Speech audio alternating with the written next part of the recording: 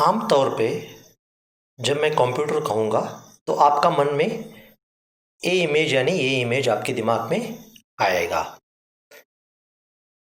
ये जो है ये लैपटॉप है और ये डेस्कटॉप है। तो इस लैपटॉप जो टफ गेमिंग एसएस का लैपटॉप है, इसी के द्वारा हम अपना वीडियो लेक्चर्स बना रहे हैं क्योंकि इसका प्रोसेसिंग पावर अच्छा है। अभी हम इस वीडियो सेशन में ये जानने की कोशिश करेंगे कि कंप्यूटर का वर्किंग यानी मेन पार्ट्स क्या है और कंप्यूटर कैसे काम करके आउटपुट निकाल के देगा। तो एक ब्लॉक डायग्राम के द्वारा हम कंप्यूटर का वर्किंग समझने की कोशिश करेंगे। तो अगर आपने पिछले लेक्चरों में देखा था, मैंने कहा था कंप्यूटर एक इलेक्ट्रॉनिक डिवाइस यानी एक इलेक्ट्रॉनिक यंत्र है जो 5 काम करेगा। पहले क्या करेगा? कीबोर्ड या माउस से यानी इनपुट डिवाइसेस से इंस्ट्रक्शंस और डेटा एक्सेप्ट करेगा और इंस्ट्रक्शंस और डेटा मेन मेमोरी जिसे हम रैम कहते हैं या हार्ड डिस्क पे स्टोर हो जाएंगे और इंस्ट्रक्शन और डेटा को सीपीयू यानी सेंट्रल प्रोसेसिंग यूनिट उसे प्रोसेस करके आउटपुट डिवाइस को दे देगा। आउटपुट डिवाइस जैसे प्रिंटर, जैसे मॉनिटर, ये सारे आउटपुट डिवाइस हो गए और इन सारे चीज़ों का कंट्रोल करने के लिए, सुपरवाइज करने के लिए, मॉनिटर करने के लिए एक यूनिट होता है, उसका नाम है कंट्रोल यूनिट। इसे समझ सकते हैं आप एक क्लास टीचर की तरह जो सारे ऑपरेशंस कंप्यूटर का कंट्रोल करके उसके कुछ आउटपुट लेने की कोशिश कर रहा है। तो ये दोनों थे नॉर्मल कंप्यूटर्स। इसे कहते हैं हम वर्क स्टेशन यानी सर्वर। तो पिछले जो पिक्चर और इस पिक्चर में डिफरेंस ये है, अगर समझ लीजिए उसका मेमोरी कैपेसिटी था 10 GB, इसका कैपेसिटी हो सकता है मेन मेमोरी 2000 GB, 1200 GB, ठीक है, इतना कैपेसिटी होगा और इसका प्रोसेसर स्पीड भी बहुत होंगे, शायद 2-4 प्रोसेसर होंगे, ठीक है, हार्ड डिस्क भी ज़्यादा होंगे, ठीक है। तो ये था वर्क स्टेशन यानी सर्वर, क्योंकि इसका कैपेसिटी बहुत ज़्यादा है। ग्राफिक एरा में जब आप कंप्यूटर सेंटर में आओगे, कई सारे ऐसे वर्क स्टेशन या सर्वर मिलेंगे आपको जिससे आप लोग कनेक्ट करके अपना काम करा सकते हैं। तो अभी हम क्या करेंगे, एक सिंपल डायग्राम के द्वारा मैं आपको कंप्यूटर का वर्किंग यानी हाई लेवल पिक्चर दिखाऊंगा।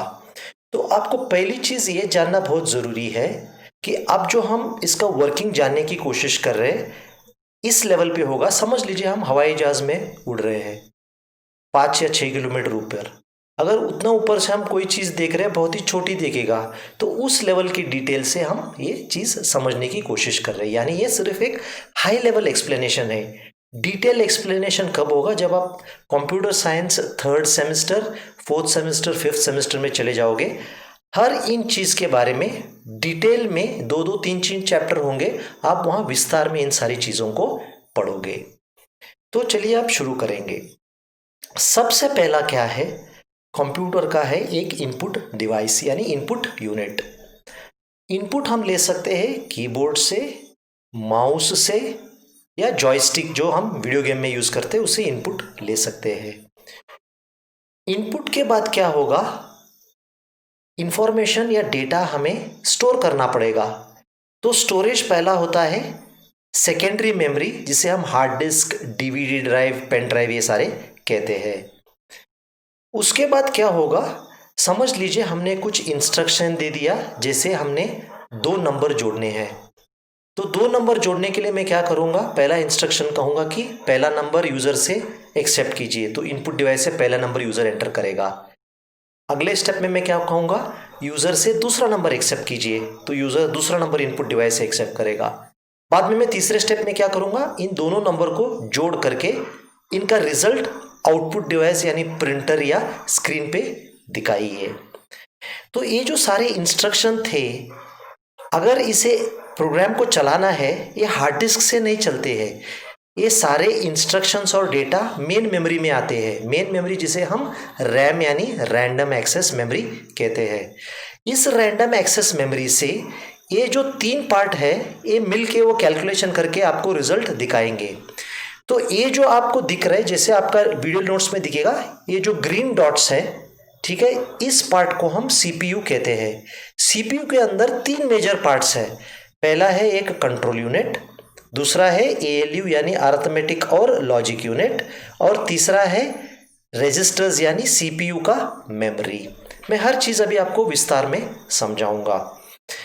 अगर कंप्यूटर को एडिशन, जोड़ना, घटाना, मल्टीप्लिकेशन, डिवीजन कुछ करना है तो ये अरिथमेटिक और लॉजिकल यूनिट में हो जाती है।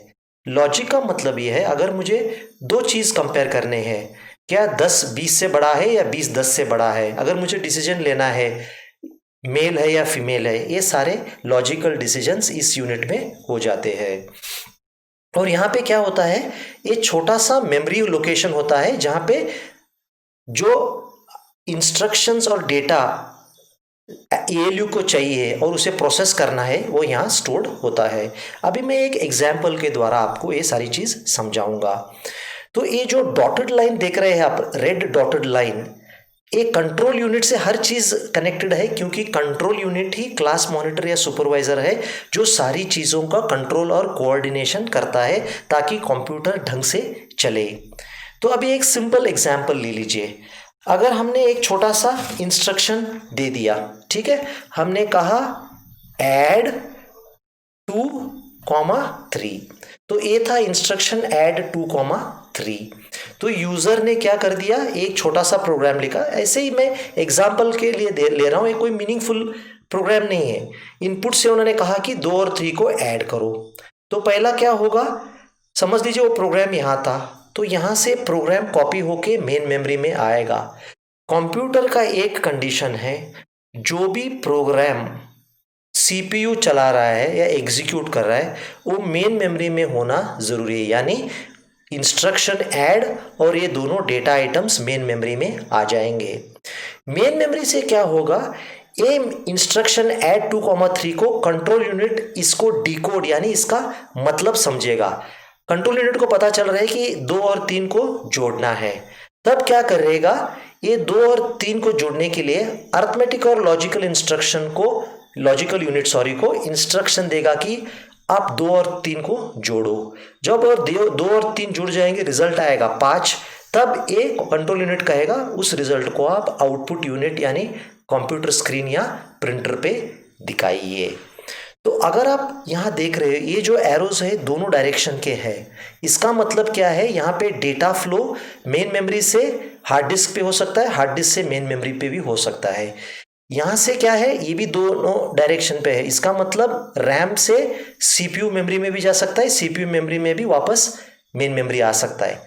अरिथमेटिक और लॉजिकल यूनिट से सीपीयू मेमोरी यानी सीपीयू रजिस्टर्स में आ सकता है या सीपीयू रजिस्टर से एएलयू में जा सकता है। तो अगर आप देखोगे जो कंट्रोल यूनिट है जो कंट्रोल कर रही है उसके सारे रेड डॉट्स है, और जो डेटा फ्लो दिखा रहा है वो नॉर्मल सिंपल एरो है, चाहे वो ब्लू में हो या ग्रीन में हो। तो अगर आप देखोगे ये था एक high level explanation of the working of a computer. तो मैं और एक बार दोहराऊंगा, ये जो कंट्रोल यूनिट, एएलयू और सीपीयू मेमोरी है यानी सीपीयू रजिस्टर्स, ये तीनों को हम सेंट्रल प्रोसेसिंग यूनिट या सीपीयू कहते हैं। Example of CPU Intel CPU, AMD CPU, Motorola के भी सीपीयू पहले आते थे। अब मैं जो लैपटॉप यूज़ कर रहा हूँ उसका सीपीयू है एएमडी कंप्यूटर्स का, क्योंकि SS AMD computers, AMD micro processor यानी सीपीयू यूज़ करके कर रहे हैं। काफ़ी सारे मशीन्स इंटेल सीपीयू यूज़ कर सकते हैं या यूज़ करते हैं, ठीक है। तो example of input device keyboard, mouse, output device, monitor, printer, ये सारे, ठीक है। तो ये था कंट्रोल यूनिट। तो आपको जैसे मैंने और एक बार रिवाइज करूंगा, डेटा इंस्ट्रक्शंस यहाँ से आएंगे, मेन मेमोरी से सेकेंडरी स्टोरेज में आएंगे। जब वो प्रोग्राम को दौड़ाना होगा या रन करना होगा वो मेन मेमोरी में आएगा। मेन मेमोरी से क्या होगा, एक इंस्ट्रक्शन सीपीयू मेमोरी में जाएगा। सीपीयू मेमोरी में इंस्ट्रक्शन कंट्रोल यूनिट देखेगा कि इंस्ट्रक्शन क्या कह रहा है। इंस्ट्रक्शन पे निर्भर पर सीपीयू डिसीजन लेगा कि क्या करना है, वो एएलयू को इंस्ट्रक्ट करेगा कि इंस्ट्रक्शंस का क्या करना है। अगर डेटा चाहिए तो कंट्रोल यूनिट कहेगा कि आप डेटा मेन मेमोरी से उठा के सीपीयू में लाइए। अगर डेटा और इंस्ट्रक्शन सीपीयू को नहीं चाहिए तब कहेगा सीपीयू से इंस्ट्रक्शन और डेटा वापस मेन मेमोरी में हटाइए। तो ये था एक जनरल वर्किंग ऑफ कंप्यूटर, यानी ये फंक्शनल वर्किंग यानी block diagram working of a computer. ये काफ़ी इंपॉर्टेंट है क्योंकि बहुत सारे बार ये काफ़ी एग्जाम में पूछा जाता है।